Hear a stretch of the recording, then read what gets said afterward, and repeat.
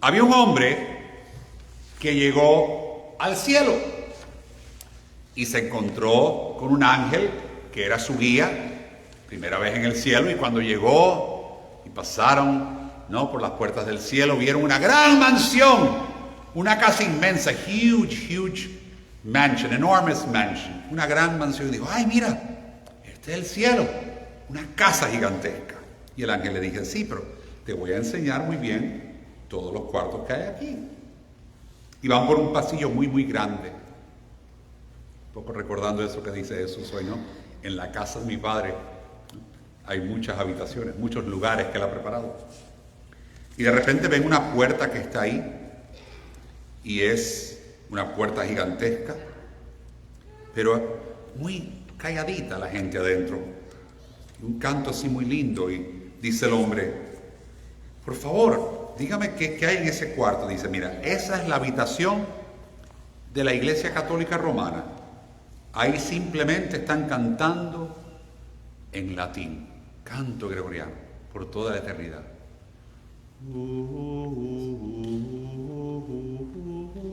¿Verdad? Nosotros los anglicanos también usamos el canto gregoriano porque venimos de la tradición esa de la Iglesia Romana. Me encanta de hecho el canto gregoriano. Pero después llegan a una puerta. La segunda puerta es una puerta inmensa con unos tubos, ¿no? Pipes, no unos tubos, se dice tubo, ¿no? Unos tubos. Y dice, ¿y aquí quién está ahí? Y había un montón de gente cantando himnos. Y el órgano a todo dar. Dice, mija, esos son los anglicanos, que no pueden estar en un lugar si no tienen un montón de himnos y un órgano de tubos muy potente. Y es verdad, usted nunca va a ir a una iglesia anglicana, o rara vez, donde hay un órgano electrónico. Nosotros somos fanáticos del órgano tradicional, el de tubo, el de aire. Detrás de esas cosas que ustedes ven, que la gente dice que son feas, pero bueno, eso que ustedes ven ahí, hay 3.000 tubos. Esta es la única misa en la que no se toca el órgano. Estoy tratando de convencer a Camila que lo toque, porque ella lo puede tocar. Pero hay 3.000 tubos. Eso es tremendo órgano. Bueno, siguen caminando y de repente llegan a un lugar, un cuarto, donde hay gente vestida de blanco, bailando, aplaudiendo, cantando, y de vez en cuando meten un grito de júbilo. Y el hombre dice al ángel, ¿quiénes son esa gente? Ay, mijo, esos son los pentecostales, que siempre están muy animados. Y sigue avanzando un poquito más. Y llega a una habitación donde todo el mundo estaba como medio calvo, ¿no? ¿Será calvo? Sí, sin pelo. Medio calvo, como sin pelo. Estoy tratando de traducir esto, señor. Pero era muy tranquilo ese lugar. Muy tranquilo. Estaban todos calvos y meditando. Y de vez en cuando sonaban ¡bom! Y el ángel le dice, ay, mi hijo, es que ahí está el grupo de los Zen. Son gente así muy tranquila. Casi nunca se oyen. Y van a doblar una esquina en el pasillo largo. Y van doblando una esquina. Y de repente hay un grupo donde hay un predicador metiendo gritos y donde hay luces y orquesta con trompetas y con tambores. Y le dice el ángel, mira, aunque tú ves que hay mucho ruido, cuando pases por ahí tienes que ir con muy calladito, que no se te oiga. Dice, ¿pero por qué no? Dice, bueno, ahí están los cristianos fundamentalistas, evangélicos sin denominación, y ellos están absolutamente convencidos que ellos son los únicos que se han salvado y han llegado al cielo. Hoy Jesús dice algo. ¿No han visto eso? Le dicen, tú eres salvo, tú eres... Era un chiste, señores, pero ustedes tienen que almorzar. Bueno, la verdad es esta. La casa de Dios es muy grande. No estoy hablando de esta. La casa celestial. La casa de Dios es muy grande. Yo estoy convencido de esto que dice hoy. Miren bien el Evangelio que acabamos de leer. Juan 14, del 1 al 14. Lo primero que dice Jesús, no se angustien. ¿Por qué? Jesús está preparándose para su muerte y resurrección. Es lo que le llaman los estudiosos bíblicos el discurso final, the final discourse. Y está preparando a sus discípulos para su ausencia, que va a morir que va a resucitar y que regresa, como decimos en el credo, a la derecha del Padre, la ascensión. ¿Por qué les digo esto? Porque nosotros los seres humanos tenemos un concepto de Dios muy pequeñito. Si no cabes en mi forma de pensar, no cabes en mi cultura, en mi espacio, entonces, y Dios es muy grande. Por eso Jesús comienza el Evangelio de hoy diciendo: en la casa de mi Padre hay muchas habitaciones. Miren, yo he sido muy bendecido desde muy temprana edad. Yo tenía unos 12 o 13 años, cuando siendo un muchacho católico, ¿no?, criado católico y todo eso, tenía un amigo presbiteriano, protestante, de una iglesia presbiteriana. Y ellos vivían en la otra cuadra. Y él tenía un grupo de jóvenes bíblicos que se reunían en su casa una vez por semana. Y me dice: Alberto, a pesar de que tú eres católico, ¿quieres venir a mi grupo de Biblia? Y digo: ay, si ustedes leen la Biblia, ¿cómo no? Fui para allá y disfruté tanto ese grupo bíblico, ese grupo de jóvenes. Y me hacían preguntas y yo les hacía preguntas y hablábamos y conversábamos. Y era una maravilla.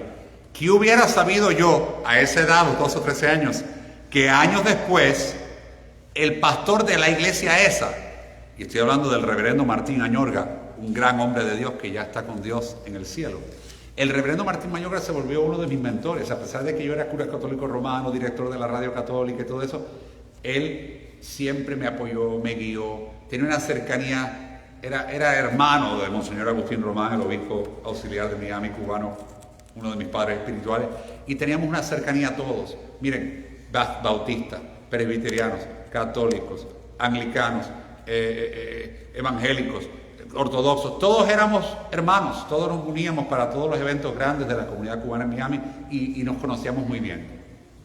Y así fue mi vida. Y muchos me dicen: bueno, pero padre, imagínense cómo fue ese cambio de un lugar a otro. Cuando uno crece, como crecí yo, mis padres eran católicos de misa todos los domingos. Yo nunca falté a misa un domingo que yo recuerde en mi vida, creo que una vez que estaba enfermo. Pero mis padres eran de la misa, no eran fanáticos ni estrictos locos, no, mis padres eran buenos cristianos, buenos católicos. Pero mi padre, que era ingeniero, tenía amigos hindúes, judíos, musulmanes, cristianos, católicos, protestantes, de todas las tendencias religiosas habidas y por haber. Y mis padres me enseñaron desde muy pequeño que había un solo Dios y que Dios es más grande que todas esas diferencias. Y si tú me preguntas ahora aquí, al Albertico Gutiérrez de 57 años, señores, son 57 años. Si ustedes me preguntan a mí por qué yo pude hacer el cambio que yo hice, es porque yo nunca pensé que Dios estaba más en un lugar que en otro. Para mí Dios está everywhere, en todas partes. Y para mí Dios es uno. Y nunca consideré que mi iglesia era mejor que la de otro. Todo lo contrario, siempre he pensado que cada iglesia, cada tradición tiene su belleza. A nosotros, como la mayoría crecimos católicos, nos dijeron desde muy pequeños dos cosas que no son verdad. Primero, que la iglesia romana es la iglesia más antigua del mundo y fue la que fundó Jesucristo. Bueno, no le digan eso a los coptos, que ya en el año 41 en Alejandría tenían obispos, sacerdotes y diáconos y estaban bien estructurados, mucho antes de que el Vaticano fuera el Vaticano y que el Papa fuera el Papa. Ya los coptos tenían un Papa copto, de hecho hasta estos días tienen un Papa copto, búsquenlo, y son más antiguos porque salieron de San Marcos, el evangelista. Pero la iglesia romana creció mucho, por muchas razones. En nuestros países creció por la colonia. Los españoles trajeron consigo la iglesia. Vino la corona y vino la iglesia de la mano. Pero si tú lo analizas bien, ¿qué iglesia es más antigua? Yo diría que la de Jerusalén, ¿no? Porque Jesús reunió a sus apóstoles el Jueves Santo y les dijo: tomen, este es mi cuerpo, beban, esta es mi sangre, hagan esto en memoria mía. Si la primera misa fue en Jerusalén, en el cenáculo, me parece que ahí fue donde nació la iglesia, ¿no? Pero bueno, no importa. Todas las iglesias tienen su belleza. La iglesia católica romana tiene su belleza, la iglesia anglicana tiene su belleza, la iglesia ortodoxa tiene su belleza, protestantes, evangélicos, todos tienen su belleza. Mi esposo y yo tenemos la bendición de tener muchos amigos, pastores, ministros en todas las iglesias. A veces nos toca compartir con pastores bautistas, a veces nos toca compartir con pastores presbiterianos, a veces con sacerdotes católicos romanos, a veces con ¿Qué le puedo decir? Todas las tradiciones ortodoxos, tenemos amigos ortodoxos. ¿Por qué les digo eso? Cuando Jesús dice en el Evangelio de hoy, en la casa de mi Padre hay muchas habitaciones, ¿qué está diciendo? Que todos los hijos de Dios son bienvenidos en el altar de Dios. Y cuando lleguemos al cielo, yo creo que va a haber un solo altar con un solo Padre Celestial, con todos sus hijos reunidos alrededor del altar. Y ya las diferencias esas que tenemos aquí, que son históricas y que tienen que ver con la humanidad y no tienen nada que ver con Dios ni con nada que ver con las diferencias teológicas, ya cuando llegues al cielo todo eso se va a aclarar bien fácil. Primero,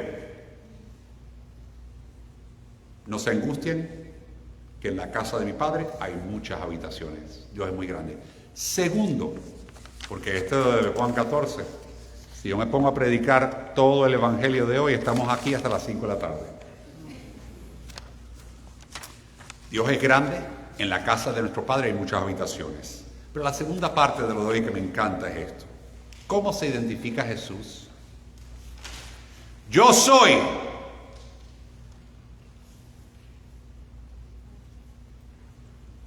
¿Qué dijo? Yo soy el camino, la verdad y la... ¿Cómo esta gente ha estudiado la Biblia? Una maravilla. Yo soy el camino, la verdad y la vida. Escúchenme bien. Camino. En inglés, the way. La iglesia primitiva le decía a la iglesia the way, el camino. No identificaba a la iglesia como católica, protestante, esto, lo otro. Para los primeros cristianos era el camino. Por eso hasta hoy día, cuando usted va a Santiago de Compostela y se encuentra con cualquier creyente cristiano, van a ver una concha, que es una de los símbolos más antiguos del cristianismo, signo del bautismo, y dice el camino, the way, porque para los judíos y los demás que se unieron a la forma del reino de Dios que Jesús vino a instaurar, los primeros cristianos decían, somos parte del camino. Ese fue el primer nombre que tuvo la iglesia, the way. Y Jesús le dice a sus discípulos, yo soy el camino. ¿Qué es el camino? Bueno, el camino, señores, no es una estructura, no es una institución. El camino es un concepto que tiene que ver con, conocí a Jesús y me cambió la vida. Una relación personal con Jesús. ¿Cuánta gente que tú y yo conocemos tiene una gran relación con la religión, pero casi cero relación con nuestro Señor Jesucristo? Lo voy a repetir porque es feo, pero hay que repetirlo. ¿Cuánta gente que tú y yo conocemos tienen tremenda relación con la religión, pero no una relación personal con Jesús? Los discípulos se hicieron apóstoles porque fueron amigos de Jesús. Lo dejaron todo y lo siguieron. El camino es el camino de estar siempre con Jesús, caminar con Jesús. Y es el camino del amor. ¿Me entendieron? Amor a Dios, amor al prójimo. Si tú no amas a Dios y no amas al prójimo, no digas que eres cristiano. Ponte cualquier otro nombrete. Ponte el que tú quieras, que los nombretes están de moda. Ponte el nombrete que tú quieras. Pero no te llames cristiano. Porque lo primero que identifica a un cristiano es el amor. Amor a Dios y amor al prójimo. Tengan cuidado con esa gente que dicen ser muy religiosa y se la pasan la vida hablando mal de los demás, discriminando a los demás, excluyendo a los demás y que piensan que ellos tienen toda la verdad. Eso no es de Dios. Ese no es el camino de Jesús. Número 2. Camino, verdad. Yo soy el camino, soy la verdad. ¿De qué estamos hablando? ¿La verdad de Cristo son dogmas y doctrinas? Nosotros en la iglesia nos hemos dedicado a eso. Desde que empezó la iglesia en los primeros siglos empezamos con los credos. Los credos, las fórmulas. A mí me encantan los credos, de hecho, los amo. Pero les voy a decir algo. La fe no puede ser solamente fórmulas aprendidas en tu cabeza. Yo le digo a mis maestras de catecismo, les digo siempre, no me hagan que los muchachos se pongan a memorizarse todo, que eso no los va a hacer buenos cristianos. Ay, el padre Alberto dijo eso. Sí lo dije y lo repito. Ser buen cristiano no es memorizarte citas bíblicas y escupirlas así como si fueran cualquier cosa. Tampoco es que memoricé esta oración y la otra oración y la otra cosa. No. La verdad de Cristo es una verdad que transforma el corazón. No es nada más en tu mente. La verdad de Cristo es una verdad que encontramos en la palabra de Dios, donde está toda la verdad que necesitamos para la salvación. Los credos lo afirman, la tradición de la iglesia lo afirma, pero el camino de la verdad es que es la verdad es una fuente como el agua viva que nunca deja de estar en nosotros. No es una cosa estancada en blanco y negro, en un papel. La verdad de Cristo no son verdades pasajeras, no, es la verdad eterna, la verdad de la gracia. Es el Espíritu Santo de Dios que vive en nosotros y nos inspira y nos ilumina. No hay nada más triste que ver a un adoctrinado. Escúchame. Hay fanáticos religiosos que usan la Biblia para darle cocotazos a los demás en la cabeza con la Biblia. Eso no es verdad. Eso es ser cabezón, testarudo, fanático. Si tú estás anclado en la verdad de Cristo, tú no eres así, no vas a hacer eso. ¿Qué me dices de la gente adoctrinada políticamente? Yo digo cosas de Cuba porque saben que Cuba es la tierra de mis padres y mis abuelos y yo amo Cuba. Y quiero ver una Cuba libre, como quiero ver Venezuela libre, como quiero ver Nicaragua libre, como quiero ver Estados Unidos libre. Todos los países los quiero ver libres y bien y prósperos. Entonces yo digo cosas de Cuba y me empiezan a escribir. El lambebotas del imperio. Y me dijeron hace muchos años, y para mí es el gran elogio de mi vida, les digo la verdad. Me dijeron, el cura de la gusanería de Miami. Me encanta ese título. Que me lo digan todos los días. Porque mis padres eran gusanos y mis abuelos también. Y tuvieron que dejar su tierra y nunca regresar. Ya mi padre murió, mis abuelos murieron y nunca pudieron regresar a su tierra. Ni a enterrar a sus familiares. Díganme, el cura de la gusanería. Todo lo que ustedes quieran, que para mí eso es un badge of honor. ¿Y sabe que me escriben atacándome y diciéndome al mal que voy a morir? Porque han sido tan adoctrinados que a pesar de la miseria que hay en Cuba en este momento, la miseria que está sufriendo nuestro pueblo, lo mismo se aplica, ustedes saben en Venezuela cuántos presos políticos hay, cuánto maltrato hay, cuánta tortura hay, y que esa gente todavía exista para defender a esos criminales. ¡Todavía los defienden! Y me escriben a mí que lo que estoy tratando es propagar un bien, a decirme barbaridad, y yo me río, y yo digo, bueno, pobrecitos, ¿no? Pero me dan tristeza ajena porque digo, oye, defender lo indefendible es muy triste. Muy triste.